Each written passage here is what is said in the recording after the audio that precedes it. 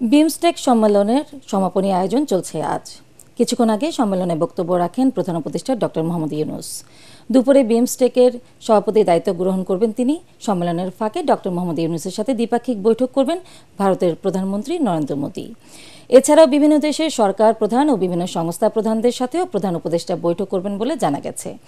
এর আগে সকালে বিভিন্ন দেশের সরকার প্রধানদের সাথে প্রাতরাশ বৈঠকে যোগ দেন ডক্টর মোহাম্মদ ইউনূস।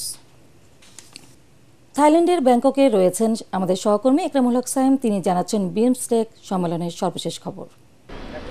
3 দিনব্যাপী বিমস্টেক সম্মেলন শেষ হচ্ছে আজ এবং এই সমাপনী দিনকে ঘিরে ব্যাংককের শাংগ্রিলা হোটেলে বেশ ব্যস্ততম সময় পার হচ্ছে। আপনি জানেন যে এখানে 7 দেশের রাষ্ট্র সরকার প্রধানরা সম্মেলনে অংশ নিয়েছেন এবং তাদের এই অংশগ্রহণকে ঘিরে এখানে বেশ নিরাপত্তা ব্যবস্থাও জোরদার করা হয়েছে।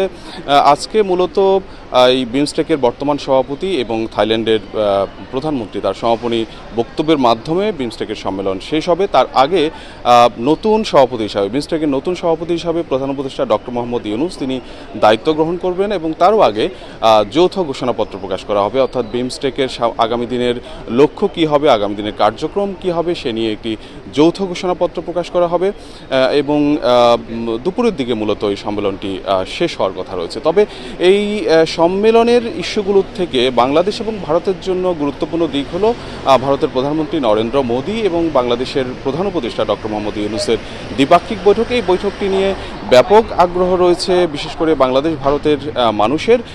যদিও এই বৈঠকের আলোচ্যসূচি এখনও আমাদের কাছে স্পষ্ট না, আমরা পররাষ্ট্র মন্ত্রণালয়ের কর্মকর্তাদের সাথে কথা বলেছি, তারা জানিয়েছেন মূলত এখানে আসলে এটি সৌজন্য সাক্ষাতের মতোই হবে। সামনের দিনে কিভাবে দুদেশের সম্পর্ককে আরও এগিয়ে নিয়ে যায়, দুদেশের সম্পর্কে কিভাবে উন্নতি করা যায় সে বিষয়ে আলোচনা হবে। একই সাথে বাংলাদেশের আগামী সংসদ নির্বাচন এবং ভারতে সাবেক প্রধানমন্ত্রী শেখ হাসিনার অবস্থান নিয়েও এখানে আলোচনা হতে পারে।